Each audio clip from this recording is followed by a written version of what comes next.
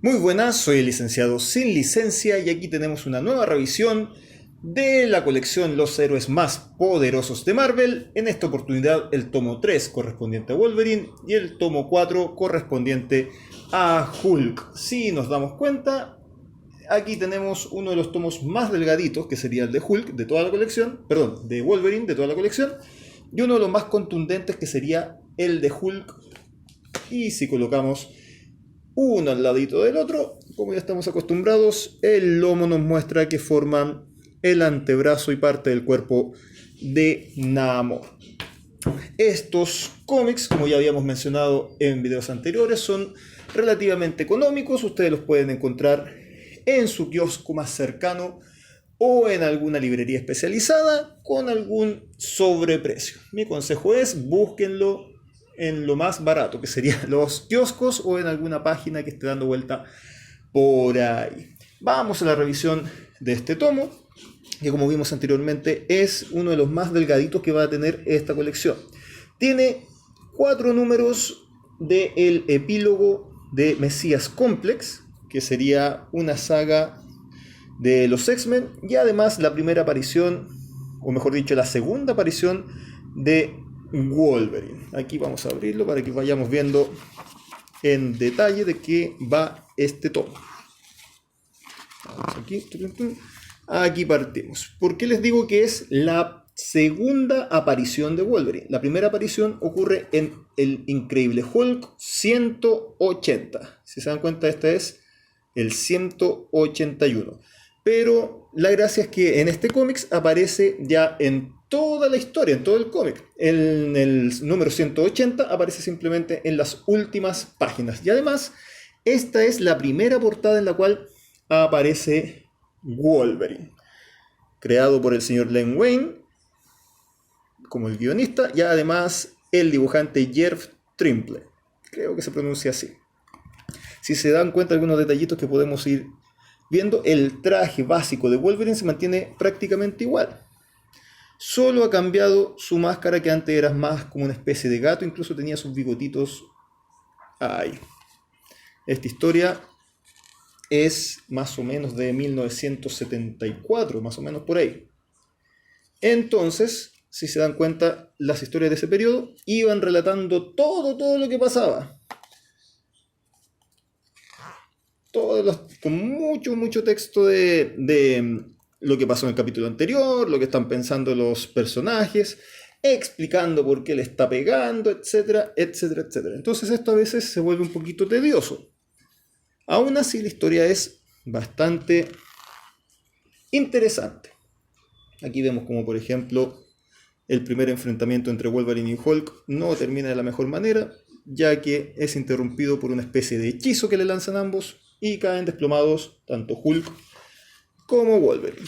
Pero ya como sabemos, al final hay un segundo enfrentamiento extremadamente rápido, porque Hulk le da un tremendo sopapón a Wolverine y lo deja inconsciente, y ahí termina la participación de Wolverine en este cómics. La historia esta le faltan partes, porque venía de una historia anterior, el 180, y aquí queda más o menos abierto el arco. O sea, se entiende, se disfruta relativamente, pero es más que nada un tema más de interés para tener el cómic y ver cuál fue la participación primera de este querido personaje. Luego tenemos un resumen de lo que ha pasado con los X-Men hasta este momento, y nos hace alguna referencia de lo que fue Mesías Complex o el complejo de Mesías. Como para entender esto y ponernos en contexto, lo primero que tenemos que saber es que ya más o menos de inicios del 2000, los X-Men ya no son superhéroes. Eso tiene que estar muy claro. Muchos dirán, pero ¿cómo se ocupa un traje y todo eso? No.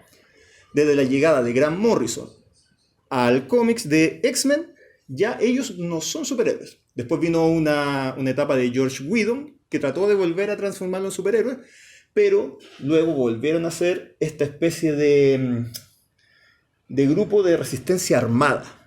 ¿Por qué un grupo de resistencia armada? porque ya sabemos que ellos son mutantes. Los mutantes en el universo Marvel son segregados, reciben mucha discriminación y además son abusados de distintas formas y por distintos gobiernos. Entonces los X-Men dejan esa función benefactora que tenían de ser una especie de superhéroe que ayudaba a todo el mundo para mostrar que los mutantes eran buenas personas y tenían su lugar en la sociedad, y toman un rol mucho más radical, transformándose en este grupo de resistencia armada contra todo aquel que afectara a la raza mutante. ¿Ya? Este cómic está guionizado por Jason Aaron y dibujado por Ron Garney. Súper buen dibujo, el guión muy entretenido, es una película de acción de primera calidad. ¿Por qué les estaba comentando esto que los X-Men ya no son un grupo de superhéroes? ¿Por qué? Porque ustedes, los que están llegando recién a estos tomos, puede choquearles un poco que aquí, para partir esta historia, Cíclope, que es el líder de los X-Men, le pide a Wolverine que vaya a matar a Mística. Le pide directamente que vaya y mate a Mística por haberlos traicionado. Entonces aquí ya queda claro cuál es el tono de las historias que tiene ya desde inicios del año 2000, las historias de los X-Men, que son mucho más radicalizadas. De aquí en adelante, Wolverine busca por Medio Oriente a Mística, que anda haciendo de las suyas, y paralelamente van mostrando flashback de cuando ellos se conocieron por primera vez en la década de los 20, mostrando que ya tenían historia en común. En términos generales, este es un cómic súper entretenido, rápido de leer y con muchísima acción. Más que acción, ultra violencia. Está muy entretenido y todos los fanáticos de Wolverine lo van a disfrutar. Una de las gracias también de esta historia es que vemos por primera vez el diseño de Mística de las películas ya llevado al cómic. Ustedes recordarán que las películas de X-Men, Mística ocupa nada, anda desnuda por el mundo, así mostrando su piel azul por todo. Mira, ahí Wolverine todo quemado. Recordemos que el poder de Wolverine es la regeneración. Estoy buscando la página en la cual aparece Mística ya con el diseño de las películas. Aquí está. Si se dan cuenta, su traje, que es orgánico, es absorbido por su propio cuerpo y ya aparece con la tenida clásica, o mejor dicho, sin la tenida, como la hemos visto en las películas clásicas de los X-Men. Y de aquí empieza un festín de violencia, o mejor dicho, de ultra violencia. Súper buen cómic, muy entretenido. Segundo tomo que vamos a revisar hoy es el 4 de la colección de los héroes más poderosos de Marvel. Aquí tenemos al increíble Hulk con el cómic Perros de Guerra. Como les dije, esta es una de las ediciones más gruesas que vamos a tener en esta colección. Aquí ya no parte con la primera aparición de Hulk, pero nos sirve para entender la psiquis de este personaje. Una de las cosas que muchas veces no se entiende del personaje para las personas que ya están acostumbradas a ver, no sé, la serie de Lou Ferrigno o las películas de Marvel, una cosa que cuesta a veces entender es por qué en los cómics hay tantas versiones de Hulk. Tenemos un Hulk gris que aparece en la noche, tenemos un Hulk súper inteligente, ahora tenemos el cómic de Immortal Hulk, donde aparece un Hulk Devil Hulk, que sería una especie de Hulk demoníaco y así. Y eso se debe a que dentro de la mente del señor Banner hay múltiples personalidades. Y esto lo dejan clarito aquí en este cómic. Este cómic fue hecho por el señor Paul Jenkins y dibujado por Ron Garney. El señor Paul Jenkins estaba dibujando, mejor dicho, estaba guionizando cómics en Hellblazer, que es uno de los mejores cómics de todos los tiempos, creo yo, al menos una de las mejores colecciones de todos los tiempos que ha tenido DC para la línea Vértigo.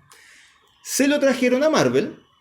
¿Para qué? Para retomar algunos personajes que estaban olvidados o que habían bajado sus ventas. Uno de esos personajes era Hulk, que luego de la partida del señor Peter David, que era uno de los guionistas estándar, no está nada que ver, emblema, ahí sí, uno de los guionistas emblema de la colección, que había estado más de 8 años, 9 años, ya no recuerdo exactamente cuántos años estuvo ese tremendo guionista, la colección empezó a perder adeptos. Lo que hicieron al traer al señor Jenkins fue pedirle que recuperara ese grupo de personas que dejó de leer Hulk cuando se fue Peter David y recuperase algunos personajes que había estado en esa colección. Y así vemos, por ejemplo, el retorno de varios Hulk. Aquí estoy tratando de encontrar la psiquis del señor Banner. Por ejemplo, aquí tenemos el famoso monstruo, como por decirlo de alguna forma, que representa en el inconsciente de Hulk a su padre, quien era un abusivo que lo golpeaba y lo odiaba. Tenemos más adelante, por ejemplo, un viaje a su psiquis, donde encontramos al clásico Hulk violento, verde con mente de niño, que es el clásico de las películas. Tenemos a Mr. Fix-It, creo que se llama, que es el Hulk gris, que es inteligente y que representa todos esos deseos adolescentes de ser cool del señor Banner. Banner es él. Y acá tenemos amarradito al Hulk inteligente. No me acuerdo si le llamaban el profesor o el doctor, creo que el profesor le llamaban. Y además, vemos que ellos no están solos acá. Vamos a avanzar un poquito. Bueno, aquí está de nuevo la representación maligna del padre de Banner. Es como él lo ve inconscientemente. Recordemos que el señor Bruce Banner fue una persona abusada por su padre, lo golpeaba. Y eso empezó a generar en él una serie de personalidades que se vieron potenciadas cuando él se enfrentó a esta tremenda bomba gamma que terminó creando a Hulk. O mejor dicho, a los Hulk. Aquí vemos nuevamente al Hulk inteligente, o dos de los Hulk inteligentes. Aquí tenemos otro elemento. Nos muestra que hay una especie de bóveda dentro de la mente de David Banner, donde están almacenadas todas las personalidades de los Hulk. Y aquí nos comentan que son muchísimos. Pueden ser cientos o miles. Y aquí en esta página vemos una de las primeras apariciones del Evil Hulk, o Devil Hulk creo que se llama. Bueno, el Hulk maligno. Las personas que están leyendo Immortal Hulk sabrán de qué estamos hablando. ¿Ya? O sea, este cómic es necesario para entender de dónde aparece ese Hulk medio diabólico que estaba rondando en Immortal Hulk. Aquí aparece con su forma original, que luego a medida empieza a avanzar el cómic de Immortal Hulk, empieza a retomar. A ver si podemos encontrar algo más interesante también que mostrarles. Bueno, la historia aquí ronda en que el señor Banner, Bruce Banner, David Banner le llamaban en la serie. El señor Bruce Banner es diagnosticado con una enfermedad degenerativa neuronal. Entonces, él, por miedo a ya no poder controlar a los Hulk, busca a una amiga que sabía sobre estas enfermedades y busca ayuda con ella tratando de solucionarlo. Trata de negociar con los Hulk, decirle, bueno, un día está en el día que esté el Hulk inteligente, en la noche que esté Fix-It, que es el Hulk que sale en la noche, pero lo importante es que los Hulk más malignos no salgan, porque él sabe que son un riesgo en potencia. Vamos a avanzar aquí. Tenemos nuevamente las relaciones de los militares contra Hulk. Recordemos que los principales enemigos de Hulk siempre han sido los militares. Ellos financiaron la bomba gamma de Banner, ellos persiguen al monstruo para transformarlo en un arma y además tienen esa dicotomía que lo hacen también para defender a las ciudades y a las poblaciones del país de Estados Unidos, que se ve afectado casi como un tornado cada vez que aparece el señor Hulk. Vamos a avanzar un poquito más. Cosas interesantes de este tomo, de esta historia, sin ahondar en tanto spoiler. Por ejemplo, estoy buscando por aquí. Aquí vemos la aparición de muchos Hulk dentro de la mente de Banner. Ahí podríamos reconocer algunos. El que yo les quiero mostrar es ese que está ahí, que tiene un chalequito de payaso, que aparecería, a ver si lo puedo encontrar en alguna parte. Aquí está, por ejemplo, en la portada aparece... Uy, apenas puedo enfocarlo. Ahí está. Vemos un Hulk con nariz de payaso. Ese Hulk con nariz de payaso es el Hulk que funda los Vengadores. Ese es como un dato extra que pueden apreciar acá. Ustedes, los que tienen el tomo 1 de los Vengadores, tienen la primera aparición de ese supergrupo. Y aquí van a ver a un Hulk que trabajaba en un circo. ¿Ya? Y hablaba de corrido, hacía malabares, se ponía maquillaje de payaso. Bueno, ese Hulk de esta historia es una de las personalidades, una de las tantas personalidades de Bruce Banner. Y aparece aquí como una especie de cameo para las personas que están un poquito interiorizadas en el universo de Hulk, que es uno de los personajes más complejos de Marvel. Hay un montón de subtramas súper interesantes en esta historia.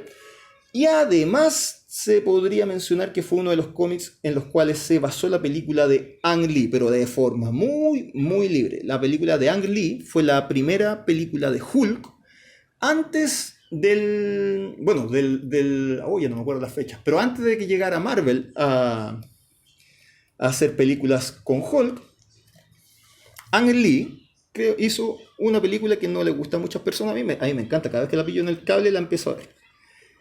No es la primera película de Hulk a todo esto. Antes tuvo unas películas con unos telefilms, La muerte de Hulk, tuvo Hulk con Daredevil, etc.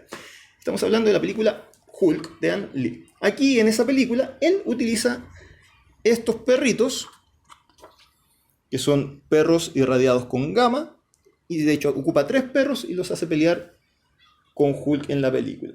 Y la gracia es que incluso copia la raza de algunos perros. Estoy aquí buscando que eso aparece la raza en alguna parte. Aquí, por ejemplo, en esa viñeta vemos que hay un poodle, unos perritos algo callejeros también. Bueno, Ang Lee copia exactamente hasta las razas y utiliza estos perritos para hacerlos pelear con Hulk. Bueno, como para ir cerrando el video, entre este cómic y este cómic, yo me quedo con este. Más que nada porque tiene muchísimo más contenido. Bueno, sin despreciar este para nada. Este es muy entretenido.